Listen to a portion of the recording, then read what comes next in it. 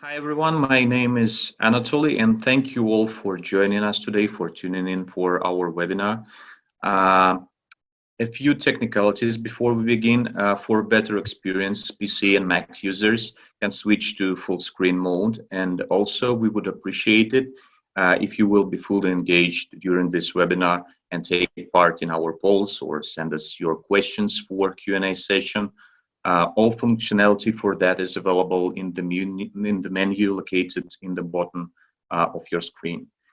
Also, we will have a special announcement in the end of this webinar. I'm not spoiling anything for you, but stay tuned if you like a good deal. So now, today we will try to answer the question on everyone's minds lately, how to survive during and after the pandemic. Also with me to share their insight and recommendations on that are Eugene, Pratasenia, and Nick Varnitski, co-founders and CEO and managing partners of Armada Labs.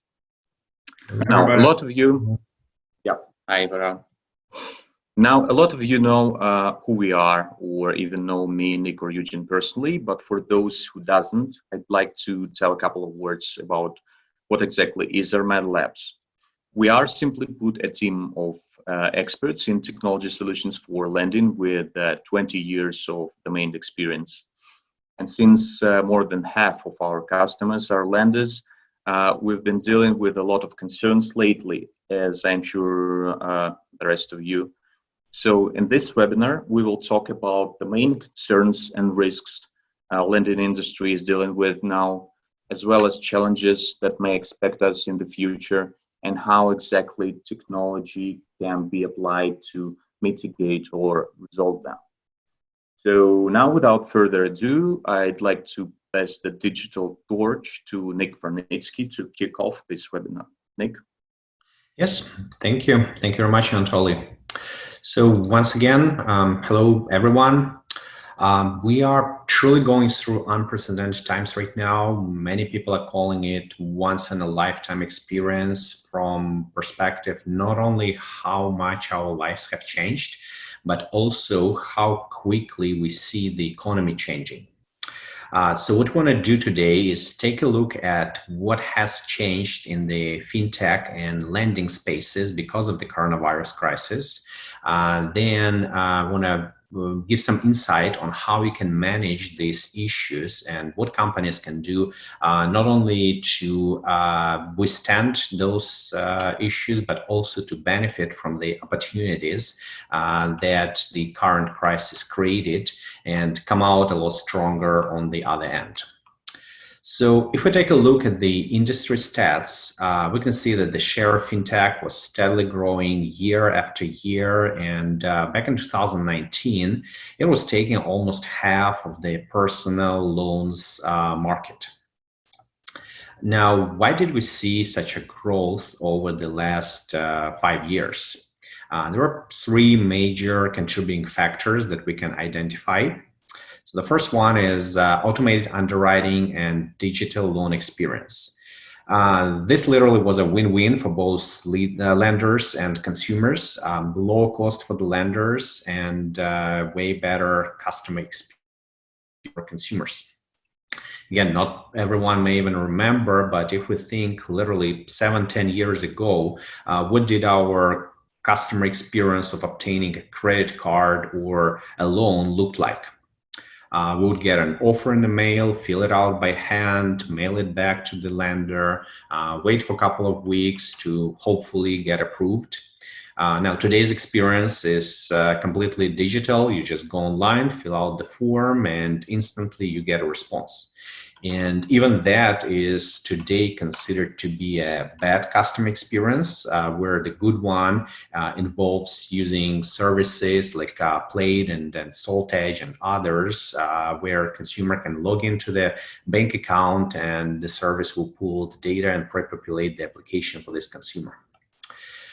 So another trend was the adoption of alternative underwriting data. fintechs were very quick to realize that relying on a standard credit file from the big three bureaus was leaving out a significant number of consumers, and they started utilizing alternative data sources, things like how consumers are paying their cell phone bills, their cable bills, and other sources of information.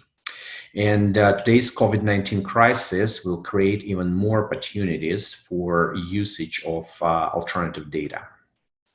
So the last reason for the rise of fintechs was the customer acquisition. First of all, fintechs were making it a priority, and they've been very smart about the acquisition channels, where the traditional banks and lenders, for them, those channels pretty much remain the same. That actually what positions fintechs a lot better and prepares them for the current COVID crisis, where even if you could, even if you wanted to walk into the bank branch, you wouldn't be able to. So let's take a look at some risks and vulnerabilities that the current coronavirus crisis created for the lenders and for the fintechs in general. The US economy and the world economy is facing recession. Now, again, no one knows how long it's going to be or how deep, but everyone agrees that we are in a free fall, and most likely we haven't reached the bottom yet. Now, no one could even foresee this kind of circumstance and how quickly it descended on us. Again, all of us have our disaster preparedness plans, and we're planning for things like fires and earthquakes and hurricanes, especially us here in Florida. We're all ready for this. We know what to do. Now, most likely none of us have pandemics on the list.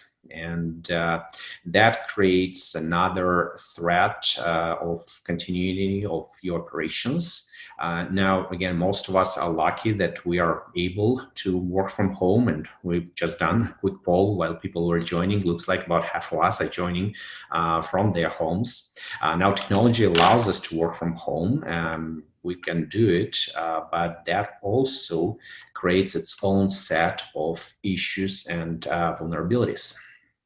We are all using Zoom meetings, maybe some other remote technology, but we need to ask a question: is it secured enough? Many of the platforms can record and even transcribe your meetings. Now, how secure is that data? Who has access to it? Now, your employees who are working from home, how can you ensure that they are following the same security standards as they are in the office? How do we know that they're not writing down social security numbers and credit card numbers of the customers, posting them on the monitor, and then throwing them to the wastebasket? So these are the questions we need to ask ourselves, and see if we are prepared to deal with those vulnerabilities. Another issue that we are facing in many countries is possible government involvement into the business operations, and that can come from different directions. So some businesses may become deemed essential businesses, and government will have a say in how you can operate, what you can and cannot do. Some businesses are getting government assistance. The most well-known here in the United States is our PPP program, but it does come with some strings attached, and government does have a say in how and where you can spend this money and some other things that you cannot do. Another big risk we're facing is the increased borrowers' insolvency. Everyone knows about massive unemployment in the United States, with over 20.5 million people being out of work. Same thing is happening in other countries. Now, at some point, those unemployment benefits will run out. The economy will reopen eventually, but for many people, going back to their old jobs, those jobs, unfortunately, are no longer going to be there. Another vulnerability is the unreliability of the underwriting data. We kind of shortly touched on it already, but This current crisis is injecting a lot of noise into the data, and just think about it. Consumer spending habits are changing. Consumer income is changing. So for a lot of people who've been fine meeting their obligations earlier, now they're not able to pay on their bills. But again, that wasn't by their choice. Does that mean that they're a bad borrower? If they were put back into the old situation and they had their income, they would most likely go back to their spending habits and paying on time on their bills. Now, what we need to think is how can we detect those consumers? How can we identify them, and maybe what data we can start collecting on them right now? And maybe another risk that we need to start paying attention and look into is try to identify what processes, what kind of procedures in our organizations we can see where we can find additional efficiencies through automation. So again, of course, technology is probably not going to solve everything, every single one of those issues, but at the same time, it can help us get prepared to a lot of changes coming our way right now. And the sooner we start looking at our processes, examining it from the point of view of how you are ready to deal with these risks that are probably here to stay for a while. But of course, not everything is so gloom and doom as it sounds, and every crisis presents new business opportunities. This crisis is somewhat unique, and that's why I believe that in the end, not only US, but the whole world will come out of it stronger and better prepared. So one of the first opportunities that comes to my mind is, as we were launching the economy, is that there will be a lot more demand for the working capital from the SME side. There'll be a liquidity crisis, and businesses will need access to capital. Now, capital is pretty cheap right now, and this will allow lenders to still succeed in their operations with large volumes. And this is where traditional lenders and banks are failing. And here in the US over the last months, we've actually seen this epic failure unveil in front of us. And I'm talking about the PPP program. There was an opportunity to distribute massive amounts of capital, and this is where pretty much everyone failed. Government failed working with the banks.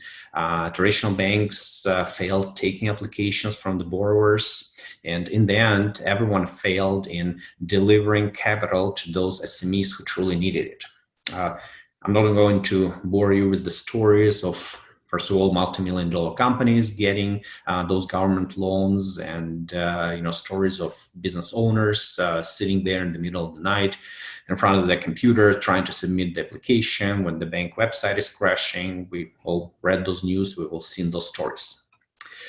So now this liquidity issue is not going to go anywhere, and government not always going to be able to solve it. So this is where the fintechs can come to play and allow technology to do it efficiently. And then the best part of it is that this is your chance to get the new customers who will appreciate the way how you dealt with them and the experience of working with the fintech. So already mentioned that this crisis will create a whole segment of consumers who are going to be new to credit, or they will have no underwriting data on them at all. But again, this crisis will pass, and these consumers will still need to buy cars and houses, and they will start their businesses. And right now is probably a right time to start thinking, how can you identify those consumers and what kind of data you can start collecting on them, or maybe what kind of technology you can start using to be prepared to underwrite those consumers in the future. Another opportunity is to build more stickiness and increase loyalty with your existing customer base. We've talked about the risk of borrowers' insolvency earlier. Now, this risk is most likely to come in a few phases. We're already seeing the first phase of forbearances, where lenders are letting consumers skip payments or maybe postponing them till the later time. Now, this wave will pass, and the next one that we foresee is the wave of modifications. And that's the question we need to start asking ourselves right now, is whether you are prepared to respond to those modification requests from the customers. Does your system allow to allows for this modification, first of all? Does your system allow for consumer to go online and ask for this modification? Maybe even think further and see if somehow you can identify the segment of consumers who may need this modification and proactively reach out to them and offer it to them, and in the end get this loyalty from this consumer. So once again, right now it's also a right time to take a step back and just look at your business as a whole and search for increased efficiencies. What kind of processes can you enhance, not only to save money right now and go through the bad times, but also address these opportunities that the current crisis created? And just remember, these bad times will pass, and only those that who are the most fit will get through it. But at the same time, when the better economy and better times will come, you will enjoy the better and the higher profit margins.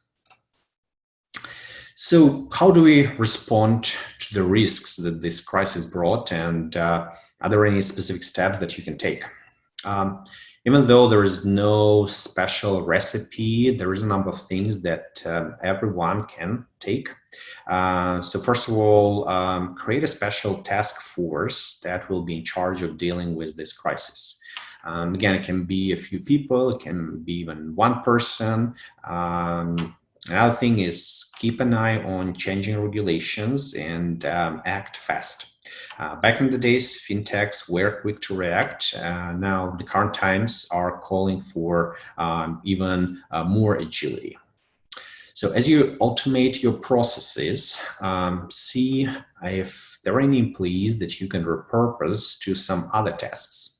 And again, remember, empower them with the technology, give them the right tools, and see what kind of problems they can tackle for you with those tools. Also, now it's a good time to maybe take a look at replacing some of your internal resources with part-time or full-time third-party resources. Again, it can be different for different organizations, but what you may get, what you end up getting is not only lower cost with the same or maybe even increased efficiency, but you're also going to gain the flexibility of scaling up and down as your business changes and hopefully increases. That is, as a matter of fact, is one of the benefits of working with Armada that I hear a lot from our customers, is that they're saying they know that whenever they need additional resources, they are saving time and money and getting them from us on demand very quickly. And again, qualified people, qualified resources with expertise in the fintech space. And again, also look at what kind of processes you can change, and what most importantly, change them quickly so you can get the quickest return on your investment. So again, in many cases, technology is the answer. And once you identify this risk, try to examine, try to see what kind of technology, what kind of tool can help you solve it. And again, do it quickly so you can start getting the best response. And then I would like to leave you with this quote from the wealthiest man in the world, who probably knows a thing or two about business. So as Jeff Bezos said, be agile, be innovative, and always be ready to change. Remember, you can have the best people, you can have the best systems, the best technology, but in the end, your competitors will eventually be able to get the same.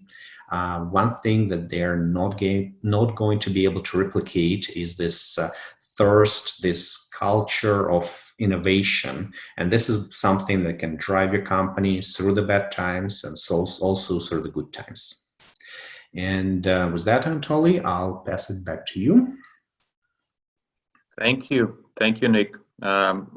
Just like as always, I just would like to say that probably Jeff Bezos is as confused as the rest of us, but on a completely different level, considering the amount of wealth he accumulated. So thank you very much. That was the first part of our presentation. Now I'd like to encourage our audience again to send your questions for Q&A session that can be related to the current topic, or it can be something different. Regardless, even if we don't have enough time for your question, you will have your answer in the follow-up email along with the recording of this webinar and with our contact details. So feel free to do that. And I'd like to ask you for one quick favor. On your screen, you will see the topics for our next webinar. And we are curious which one will pique your interest the most. So go ahead and pick the one you find the most interesting for yourself if you have that opportunity. Okay. Okay. Perfect. I'll give just a couple more seconds for that.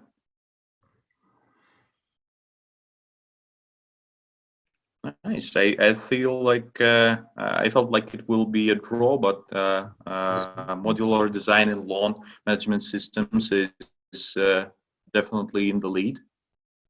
So yeah, probably stay tuned for more information on that topic, and we will definitely keep you posted when we will have that next webinar, probably next month or something like that.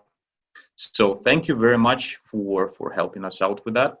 And now for the second part of our webinar, we now know what threats and opportunities associated with the COVID and pandemic. And now it's time to talk about how technology can be applied to deal with those challenges. And for that, we will have help in hand from Eugene Pratasenia. Eugene, the floor is yours. Okay, thank you, Anatoly.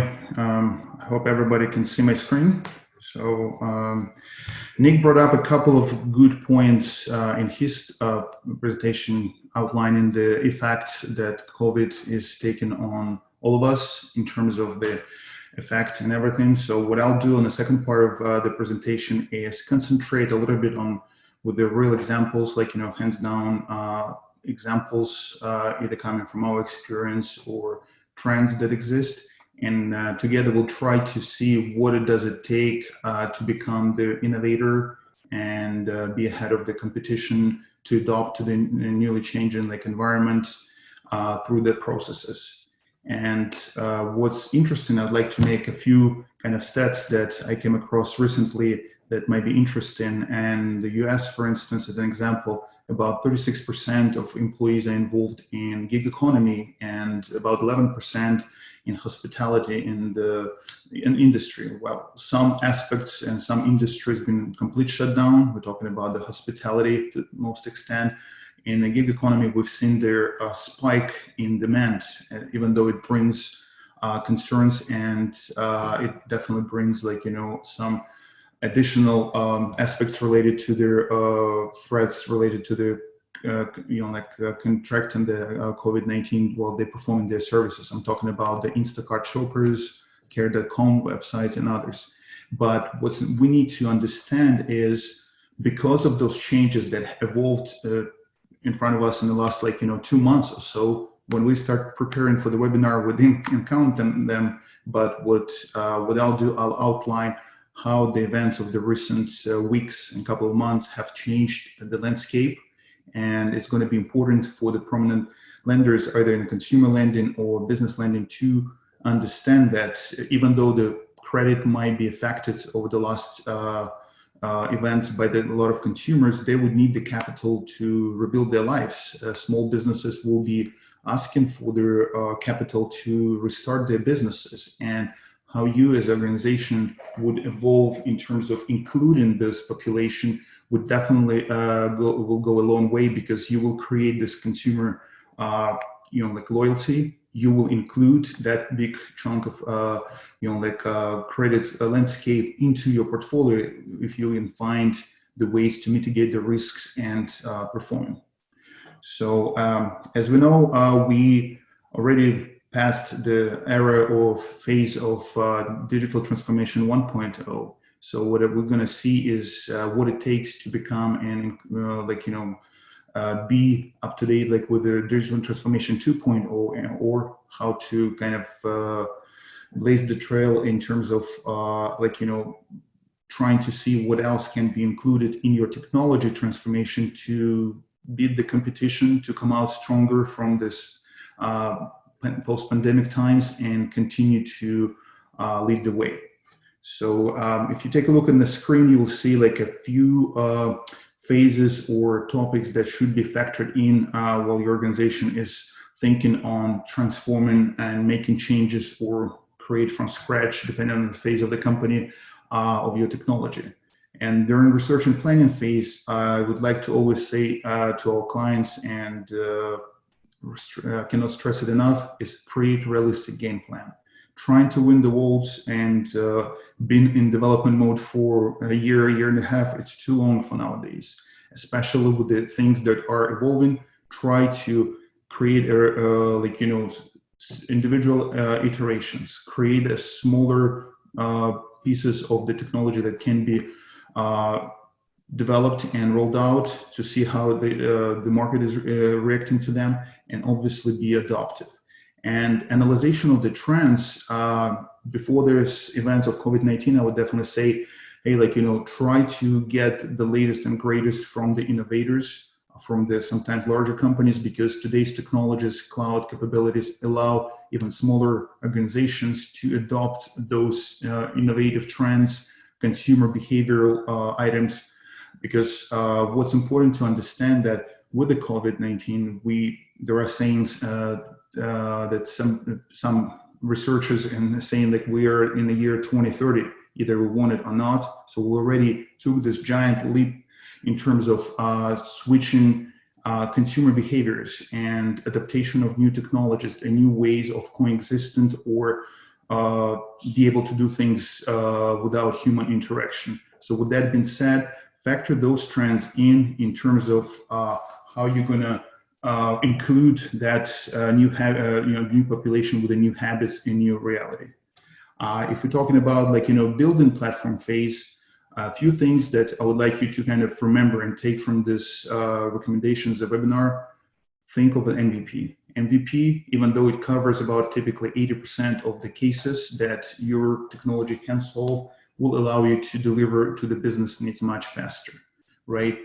Include definitely easy to support technology. It's a planning phase that has to be factored in, but it will allow you to not only become less dependent, but become you will be able to decide for yourself your next steps. Either continue doing this internally, or if you utilizing outside vendors, it's going to be a lot easier to attract the talent inside of the organization, do co-development, whatever the models of cooperation existing. Technology is easy to use technology. Don't try to look backwards, look forward. That will allow you to be able to control those next steps and control your costs. And the most important part from those steps during the build out, think from perspective of building your technology in modules, independent modules, which will allow to make modifications and changes whenever as fast as the market will demand. And especially when we're talking about ever-changing landscape, behaviors and situations which could change in 2 or 3 months. It would be interesting how it's going to look. Will allow you to not to risk the whole technology stack and put the risk on the business, but rather just make changes and be a lot more responsive in terms of delivering results to the business. For established clients and organizations, data migration has to be factored in. Why? Because like, as we know, nowadays consumer behavior is changing. I'm talking about clients, businesses behavior. Clients are hurting, clients are getting their credit score in traditional lending, like, affected, and finding the way, start collecting this additional pieces of information will definitely be a huge helper either during your machine learning adaptation for the risk mitigation models, or during the changes that you would apply to your UX UI aspects. Support and maintenance seems like obvious thing, but again, have to be thought about it, because as I mentioned previously, you would selection of the right technology would help you during the continuous support and development. The moment you stop to make changes to the system and innovation, that's the beginning of the end. So you will continue, you'll be facing the support and maintenance phase. And what's important, like, if you working with their in today's like uncertain words, like with some vendors, stick with them, because if you're happy with the results that they bring in, it brings less risk and burden on your payroll and other aspects that would allow you to kind of go through those uncertain times. And what's going to come out next, this is what we believe is differentiates companies that are in a phase 2.0 digital transformation, and would allow you to kind of be on top of the wave and just lead the wave to some extent. We'll go through those aspects a little bit more details on the next slides.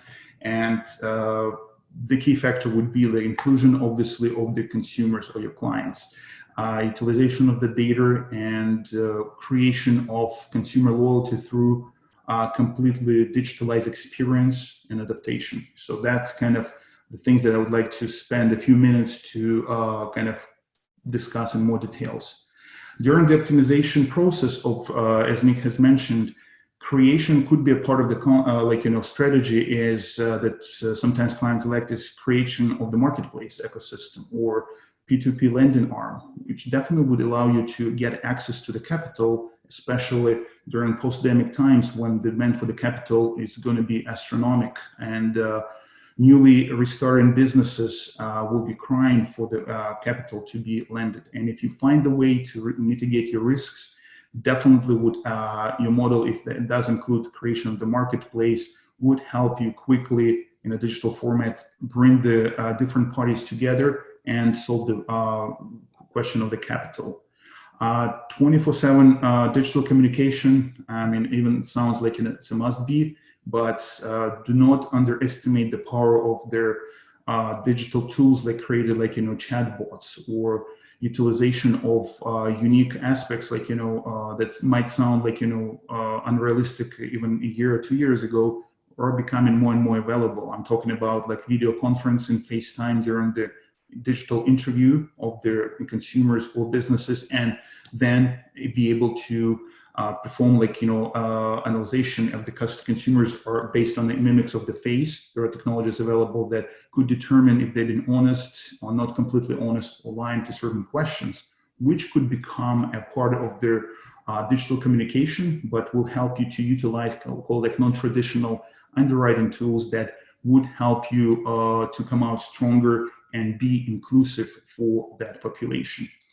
And user experience, again, been said many times, we need to become fully digitalized online, but not to the point that the process is just clickable buttons. How to uniquely replicate this consumer expected behavior, meaning though, like, customers are becoming more and more device agnostic. Nobody wants to hear about specific applications that are kind of covering a part of the population, when in reality, you want to include more and more customers and give them access to your products. How to enhance certain steps that used to be maybe involved in your processes, like, required like human interaction, but right now are not doable, but how to do it in a manner that's really inclusive and helps millennials and others feel like a fish in the water while they are actually trying to get a hold of your products. Employees are playing a vital role in adaptation of the technologies. We've came through a number of examples when employees can be greatest adopters, and in most cases, they don't like changes. They don't like changes, either good or bad. So making sure that your newly updated or recreated technology is well accepted by the employees would help to adopt the new processes, the new flows, and because they're going to be on the front lines of delivering this success and pass it to the consumers. So that's something to think about it when you're planning and executing the technology transformation within the company. We talked about the inclusion, and as we said, customers are coming right now for the additional credit. Their credit might be hurt, but think of their steps that could include non-traditional approaches that could become a vital piece of while you're collecting data. You will be able, and again, I'm just not applying to specific particular product, but it could be like geotagging, right? Utilization of some devices to be used as a collateral if we're talking about the small ticket loans. When we're talking about small businesses, utilization of the video interviewing that would do additional check marks to see when they truly open, is it a functional entity that you lending business loan or MCA against. That's something that will definitely help you to include this population and not to lose like banks did lose to the fintechs back in 2008. Inclusion for the underbanking population always been a question. It's a more risky model, but right now we're seeing this huge slide of the consumers, businesses from the credit landscape towards this subprime, and even how to include the underbanking population, because it's a big buying power to be ignored. And obviously creation comfortable conditions through the UI, UX within your application definitely would create this consumer stickiness. It would create consumer loyalty, which again, in any times it's a challenging part. It's a great win for their lending organization, but during these times, be informative. Create the tools through as I mentioned, AIs and machine learning ability to communicate with them without hiring people through the chatbots and other tools. Create the transparent process so the consumer client will know exactly where they stand in the process, would go a long way, and definitely will create a repeatable business if your risk model will be successful through the tools and means that you would be utilizing.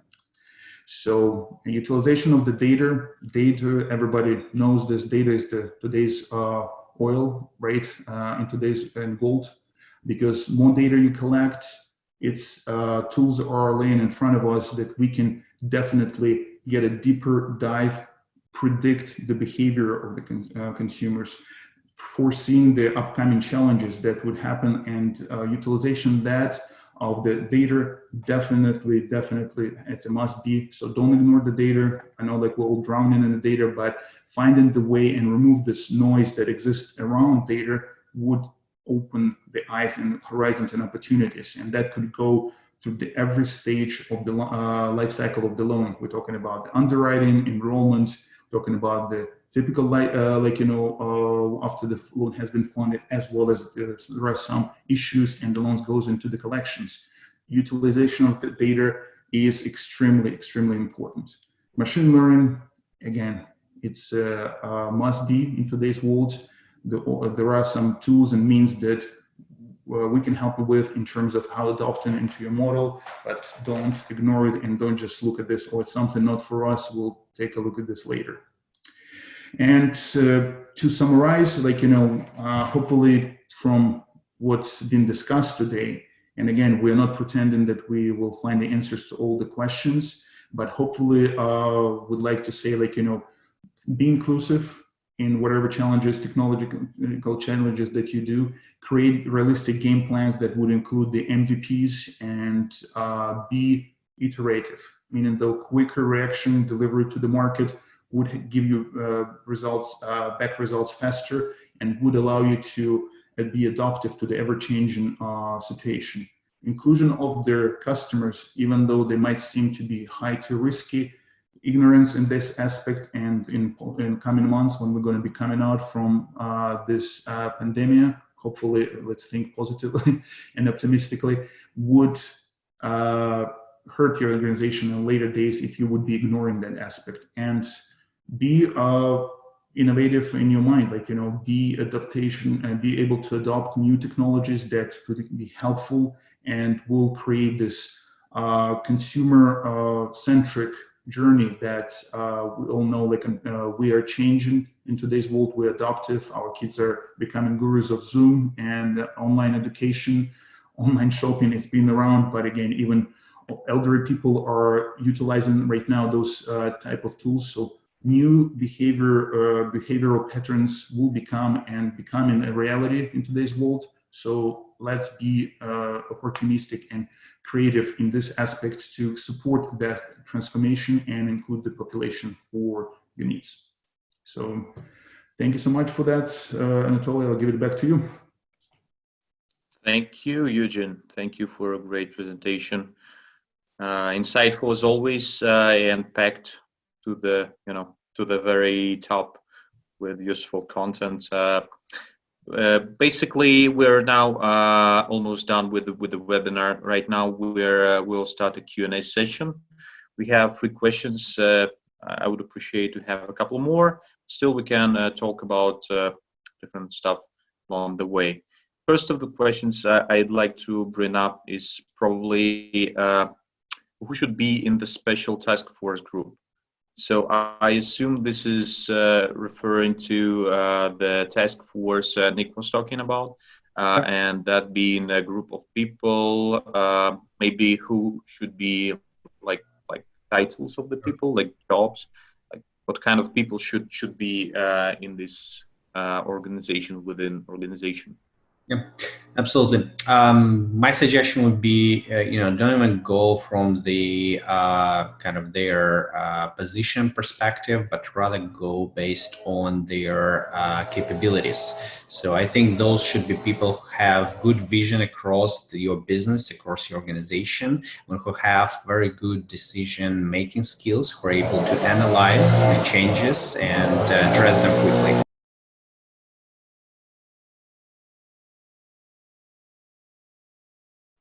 Yeah, that was a sound of something very, very live. Eugene, can you take this question and help out Nick? Sure, absolutely. So, like, in terms of the special task, again, depending on their obviously organization size and the team involved, sometimes, like, we all know people can wear several hats at the same time within the organization, but definitely include, like, technology specialists if you have them, but the main driver in that aspect should be the business people, because they're on the front lines of the business, dealing with the consumers, their needs, their issues, and they have to be the drivers of their like outcomes and resolution for those aspects. Okay. Nick, give me a thumbs up if you're ready to speak now. Yeah, absolutely. Go ahead. No, that was a good summary, but just again, to add to that, I wouldn't go from the rely on their experience. So they should most likely going to be people from the C-suite, but again, make sure these are the people who have very deep knowledge of your organization and who have experience in responding to the crisis, responding to the issues, and finding the quickest and the best way to resolve it. Okay, thank you. Next question is probably for someone from mortgage lending area, because it says what specific recommendation do you have for mortgage lenders to attack this challenges of COVID? Anyone would like to take this question? Nick, we can start from you. Yeah, maybe I'll start quickly. It's probably refers to my comments of that second wave of crisis related to consumer insolvency, and basically being prepared for offering loan modifications to your customers. So again, it's probably still coming. You may see some of it right now, but I would say maybe 3 to 6 months down the road, that's when this wave most likely will hit. And a couple of recommendations here. One is, first of all, examine your systems to see if they are ready to offer those modifications to the consumers. And the second most important part is see what technology you can use to be proactive and potentially identify those consumers, come up with your own plans that work for you and works for your capital providers, and reach out to those consumers and offer those modifications to them. Some of the things that can be very straightforward. If you have some borrowers who, I know, were in the restaurant business, for example, most likely they are out of work right now and most likely going to be out of work for the next few months. So they can be great candidates. But again, that's not the only criteria. Just look at the whole segment and try to think who will be this population of your borrowers who may be in risk of defaulting unless you offer them some sort of modification. Yeah, thank you. Eugene, your thoughts? What I'd like to add here is there are some challenges that mortgage lenders that have been trying to solve for some time, even if we take the COVID-19 out of the equation, is creating seamless, truly digital experience through the process, because that's always been somehow broken. I mean, there have been challenges. We all know about the Rocket Mortgage. I mean, we're talking about that. If you talk about the US market, claiming that it's truly get your house purchased like within 5 minutes, but we all know, like, you know, it's not truly doable to some extent due to the number of regulations, and it's somehow broken. So creating and enhancing, using this time to kind of continue to innovate on that aspect. And obviously it could be adjusted, the process, or complicated based on the different markets and regulations that exist in different markets, but definitely would help create an enhanced consumer experience as well. If I could say, create more closer communication, open communication, personalized communication with them, that would definitely be greatly appreciated during these difficult times. And we're talking about, like, if Nick was referring to some complications with the existing mortgages, but also with the new one, the new applications that will be coming the way, because life will continue. Yep. People would need to buy the houses and would need to kind of move on. So. Okay. Thank you. Yeah, the last question, I probably think it's a good candidate to be answered. It was partially already answered during this webinar. So maybe it's time to move to a special announcement. What do you think, Eugene? Sure, absolutely. We as a company, we've been sitting and thinking, like, you know, how can we chip in, how can we participate and support our clients, and not necessarily our existing clients, the community of the lending community during these times. So what we start thinking, and we working on the parameters of that program that should become available, Nick, in the next few weeks, we'll make an announcement.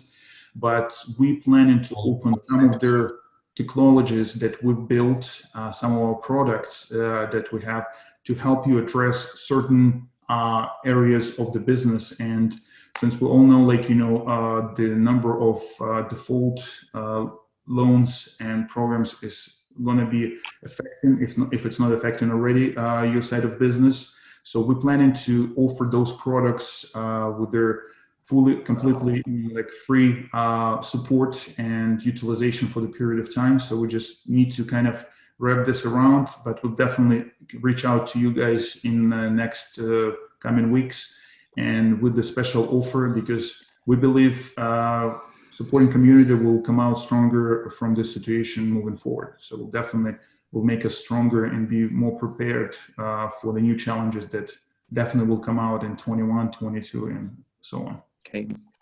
Yeah. So that was briefly an announcement that we will make an announcement very soon. Okay, but yeah. Stay tuned for more news about that. We will send probably a newsletter with some brief information about this new product we will have. And thank you all for being with us to the very end, staying with us. And you will have a follow-up email with our contact details. We're open to any sort of conversation and happy to have it with you. So thank you again. And let's hope that the next couple of months will be easier as well as the next couple of months, and eventually we will get through it and we will be even better than before we entered this whole thing. So and I would yeah, like to end with always saying that we hope to see you on upcoming sessions, and we're definitely going to bring the more hands-down, like, experience that will show truly examples of the topics that we've been discussing transformed into the various applications for the various products that we've been involved. So hopefully that will be more hands-down and more exciting than today's session. So we're looking forward to see you guys in upcoming webinars. absolutely. Thanks, everybody. Thank you very much. Bye. Bye-bye.